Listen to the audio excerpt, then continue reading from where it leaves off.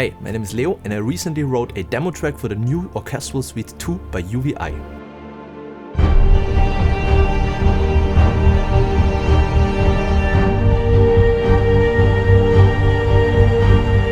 In this video, we're gonna break down my composition. I'm gonna show you all the instruments, the effects, and the mixing plugins I used to get that sound. If you're into cinematic orchestration in the style of Hans Zimmer, Ludwig Göransson, or Leo Brennauer, this one is for you. Enjoy the video. So the track consists of 4 sections. We have the intro, the development, the chorus, and the outro. And we're gonna walk step by step through the composition. So let's start with the intro.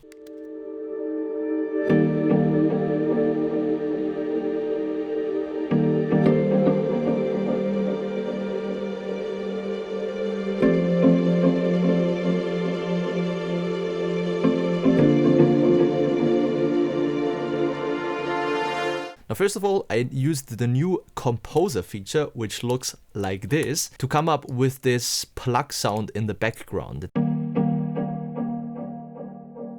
And generally speaking, for the whole composition, this new composer feature, this inspired me so much to get chords. I'm typically not the biggest fan of self-playing stuff, but there are a couple of things in here that make it very unique. But you will see what I mean about this in a second. So if you look over here, we have this 1 octave, and basically what we can do is we can use 1 finger, and by playing 1 note on our keyboard, we play a complete chord by only using 1 finger. However, what's so special about this is that we can actually click on those tiles and we see the notes that are being played. So for example, on the C, we get the D sharp 2, the G2, and the A sharp 2. And not only can we change the notes, but we can, if we click on edit, also see which instruments are playing those notes. So the cello is playing the D sharp 2, the viola is playing the G2, and the violin is playing the A sharp 2. And it's also already pre-balanced, so the pan is on the right, and here a little bit into the middle. But as said, more on how I actually worked with this and what makes this even more special later. By the way, on the left side you see there's Shade, which is the equalizer plugin by UVI, and the Dual Delay X, which is a very inspiring delay. So if I were to turn this off, it would sound like this. So what I did, I took the high frequencies, boosted a little bit in the low mid frequencies, and I added the delay over here. And then I did a little bit with feedback shaping the high cut and the low cut, and I added a little bit of tape saturation to make the sound a little bit warmer. This is how we get this nice delay effect. Okay, in the background we have the high strings. There's this cool preset which is called the octagon, and I picked the harmonic patch. I added a little bit of reverb and delay, and as we can see over here, I also added a little bit of high frequency to get a little bit more shimmer, and this is what they sound like.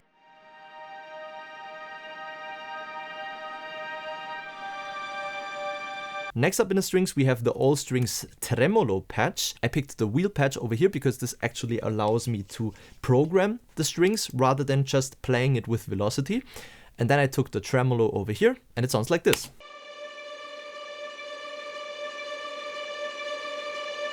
Now you can also see that I added a send over here.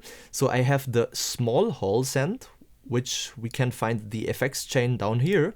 And I picked the spark reverb, set it to 100, and picked the small hall preset, which is, I think, pretty cool to just give it a little bit more space. Now we come to some fun instruments. Down here, I used the flute, Flatterzunge, Flattertongue, my favorite word. It sounds like this.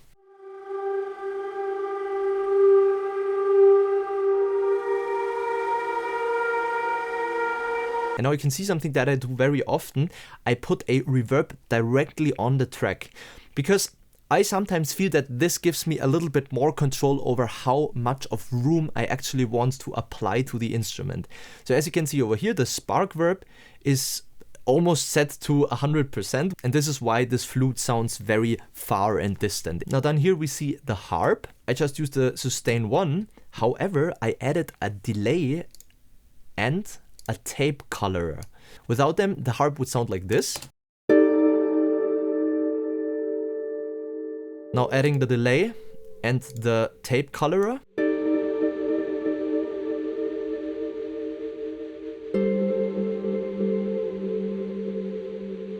I really like this lo-fi kind of wobbly effect. Now next up, you see this little thingy. And this is pretty simple. I just took the harp, rendered them in place, reversed them. Now we have the attack, and then to the end of the release of the sample, we also have this little ramp up again.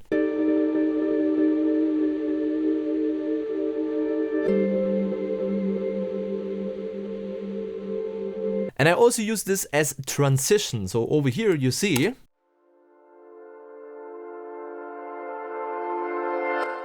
it is a little bit more aggressive, and it also goes into a send, which is my second reverb that I'm using on the session, the endless reverb. I used the spark verb, and from the preset large to endless, I picked endless. And therefore we get this very spacey kind of sound.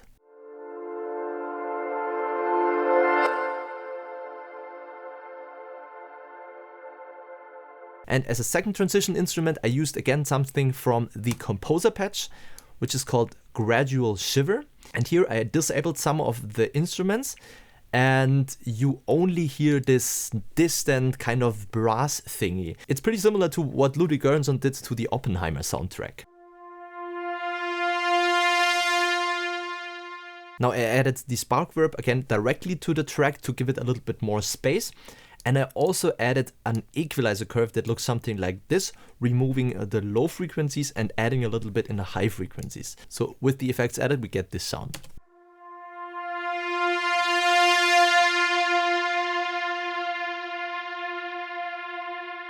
All right, let's get to part number 2, the development.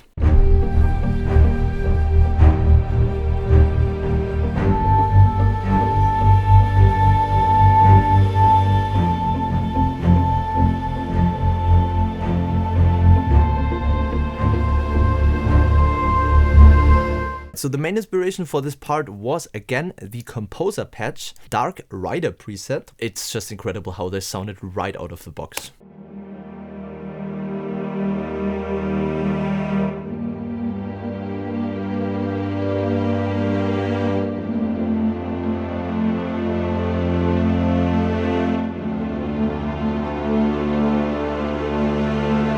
Here's a cool thing that I mentioned earlier, giving you a lot of access to the sounds. If you click on one of these chords down here, we already discovered that you have the notes showing up like this. Now here's a couple of cool functions. First of all, if you hover with your mouse over this and you start scrolling, did you see what was happening? It uses thirds to go up or to go down if you want to change your notes. And this is pretty convenient in a fast workflow because it lets you change the notes real quick. Let's just say I want to change this D2 to a D1, for example. I just hover over it and do 1 times 1, 2, 3, and I have the D1. Or I go up again, D2. But we are yet about to see the coolest function of all. I seemed like a fanboy, but I really enjoyed this one. Now let's say you want a different chord. You could, for example, use this chord preset pack. You get like tons of chord presets that are really inspiring. Or if you're a little bit more like me and you want to write your chords yourself, look at this little thingy over here. It allows you to record your chords. So if I hit this, it goes into the record mode. And now if I want to say, for example, I want a minor 7 chord, all I have to do is press the A on my keyboard, hold it, and then add the C, the E, and the G. Just like this.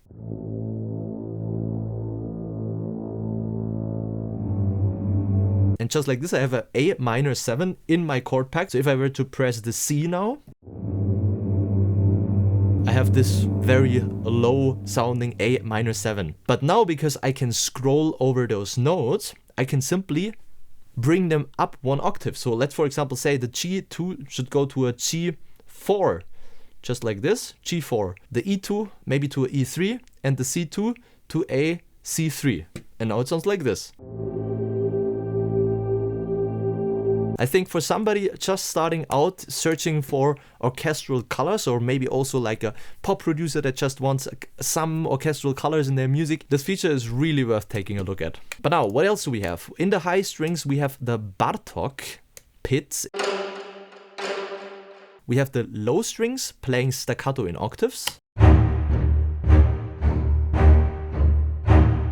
And the low strings playing sustain notes. Oh, did you hear what just happened? So this is actually my attempt to get a sub-bass synthesizer type of instrument with a real recording. So all I did is I used shade, cut all the high frequencies, so kind of like a filter in a synthesizer. Now if you look at the gain in here, I just right clicked and choose the LFO, pick this wave over here, set the LFO to in time by clicking this little metronome thingy over here, and the rate to 1/8. Now I added the depth and put it to 90%, and just like this, we get from this sound to this sound. And now here's one more thing that I did. Might be guilty of wanting to apply a lot of sub-bass to my tracks. I took this, rendered it in place, and transposed it 12 semitones. Now I applied another high cut because I know I don't want to get into the frequency spectrum of the other synthesizer. This is what the sub-synthesizer sounds like. Now my subwoofer is finally working. Altogether, string instrument sounds like this.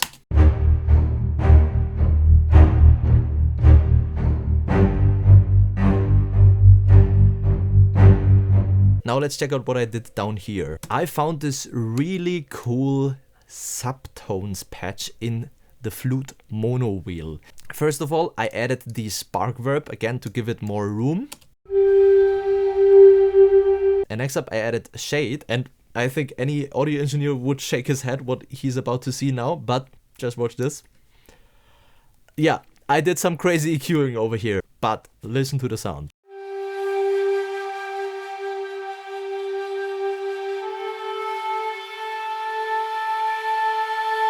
I did this because I really liked the airy quality of the flute. And also a reason for this heavy equalizer setting was that we already have this whole composer patch, which includes all the instruments from the orchestra. So I kind of wanted to add the flute just as an effect rather than an actual instrument that supplements this orchestra. But talking about supplementing the orchestra, what I actually really liked was the choirs.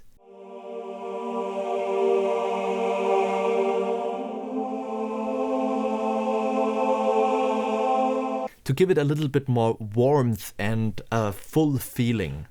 Now down here in the percussion section you see this boom. All this is the taiko sample, but also with a equalizer, just removing a lot of the high frequencies and then adding it to the endless reverb. In the second half of the development we also get the Villain Alive Composer preset.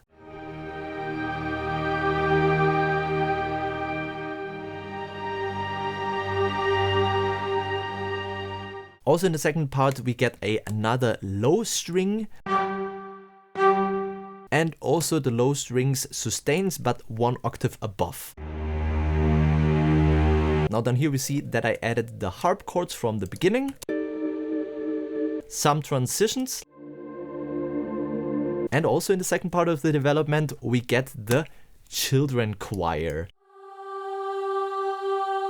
And here's a little orchestration tip in case you're new to orchestration. What I did over here with the children choir is exactly the same that I did with the flute. And this is what we call orchestral doublings. Because usually in pop music you would just crank up the volume, maybe add another compressor and try to make it sound louder. But in orchestration we oftentimes add another layer of another instrument that plays the exact same thing, but just adds and gives a little bit of a thicker sound for the melody. And this is what the children's choir does over here.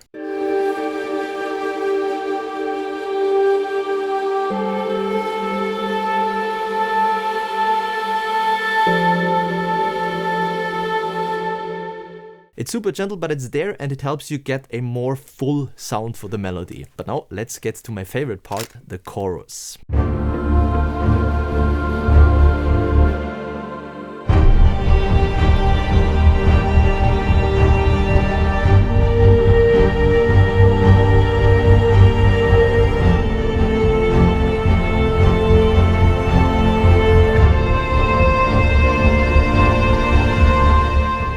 Alright, so what are we listening to? We have the same Dark Rider composer patch from before, but now we also have the Last Fight one.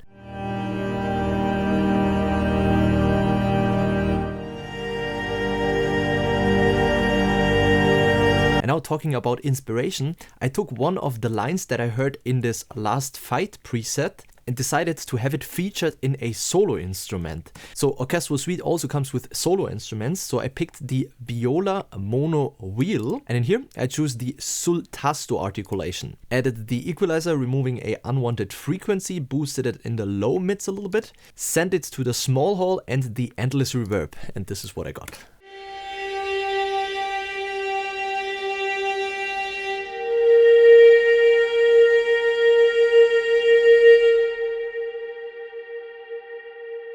By the way, if you want the full project file of this composition, then just let me know in the comments down below. If there's enough interest, then I will make it available. But now, back to the video. Now also I added the high strings staccato patch. And this is like a layering kind of trick. I used the same patch, high strings mono, but this time I picked the tremolo patch. And as you can see over here, instead of having the note play one at a time, I'm letting it play two at the time. And it's a little bit blurry, but once we start combining it with the staccato patch,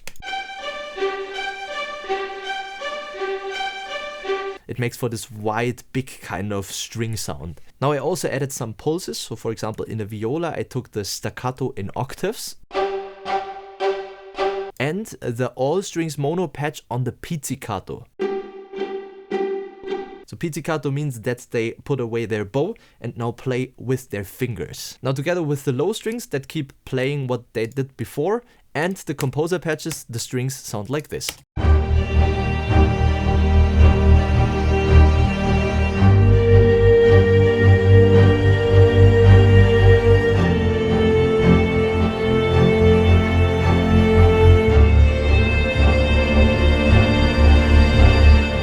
Now down here we simply have the flute subtones from the beginning, the harp with the reverse effect, and this one is also new. I added a guitar playing pizzicato.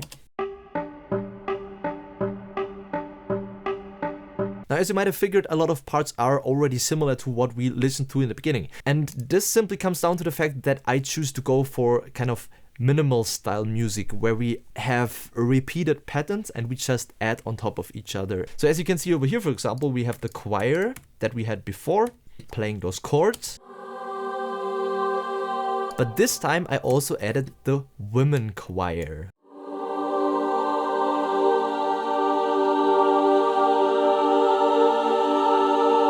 Also, as we just heard in the chords, having a little bit of like tension through adding a sus4, a sus6, or just like going a little bit beyond simple triads. One of my favorite parts, the percussion, I used the Grand Casa Cave, put a compressor onto it, and again a equalizer. This looks crazy, but it has its purpose.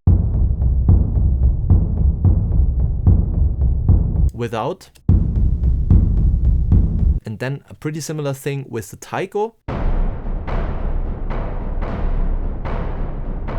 Also with a compressor and an equalizer that just removes a little bit of this frequency range where we already have the Grand Casa going on. Now in the second part of the chorus, we get the brass instrument joining again. And I added just a couple of more layers of everything that is already going on, such as the solo violin playing those staccatissimo lines. The viola also playing in staccatissimo the octaves. The violin sol tasto joining the viola sol tasto. The high strings octagon harmonic now playing a very, very high kind of like glue type of shimmer sound. The high strings octagon sustain. The high strings long octave. And another pizzicato. So altogether, strings sound like this.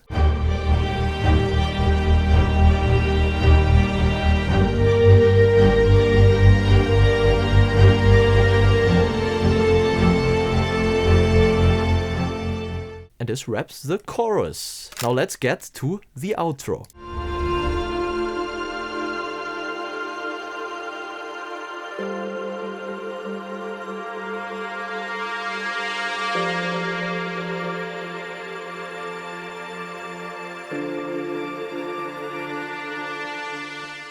Okay, what is going on? I started with the Composer Last Fight preset, but this time around 1, 2, or even 3 octaves above. So now instead of sounding like this, they sound like this. Then I also applied a low-cut filter as well as a shimmer reverb. For the gradual shiver, so this kind of like brass distant thingy, I also used the spark verb again, and this time also a roll-off in the low frequencies. We have some more harmonics going on in the background. Our distant flute. And of course again the harp from the beginning.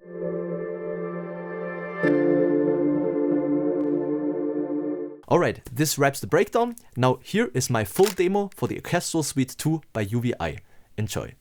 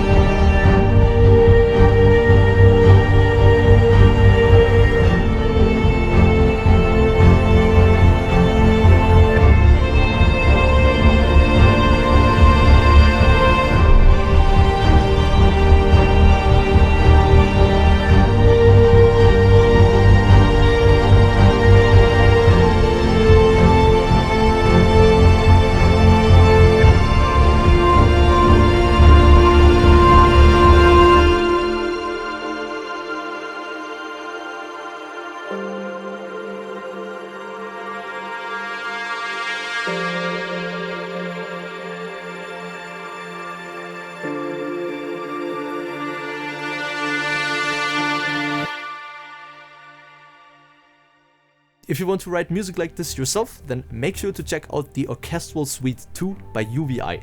It will be linked in the description below this video. Or if you want to check out the instrument even further, click on the video that pops up on the screen right now, where my friend Cameron, aka Venus Theory, explores the instrument. Thanks so much for watching, and I hope to see you in the next one. Take care, bye bye.